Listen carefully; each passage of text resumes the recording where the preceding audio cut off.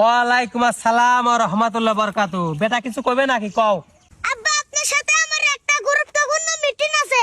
এখন ল বেটা, এখন আমি এই রতির মধ্যে কাম করতেছি, পরে যা মিটিং করব নে। আব্বা আমি অত কিছু বুঝি না, আমি এখনই কব। আচ্ছা ক বেটা, তাড়াতাড়ি ক, ভুইগুলো আবার নিরিন লাগবে।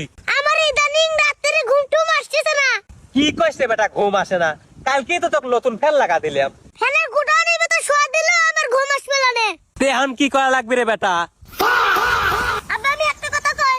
কি কও বেটা ক? তুমি কত বছর বয়সে বিয়ে করছিলা? বিয়ে করবে চাইছিলাম না বেটা, তারপরে তোর দাদা 14 না 15 বছর বয়সে জোর করে আমাকে বিয়ে দিছিল। উড়ি মারে আমার মাথা ফাটা দিছে রে, আমার মাথা ফাটা দিছে।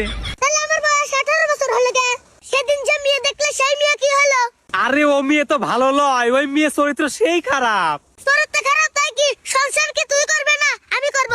ভালো কি মন্দ সেটা আমি বুঝবো। আমার বউকে আমি কিভাবে ভালো লাগবে সেটা আমার দায়িত্ব। তোমাকে আমি আজকে হুমকি দিয়ে গেলাম, 2 দিনের মধ্যে যদি বিয়ে না দাও তোমার খবর আছে। বাপ রে, কথাটা মাথায় লাও। শালার কি সাল জন্ম দিলাম রে, আমার জন্ম দেওয়াই ভুল এই সাওয়াল।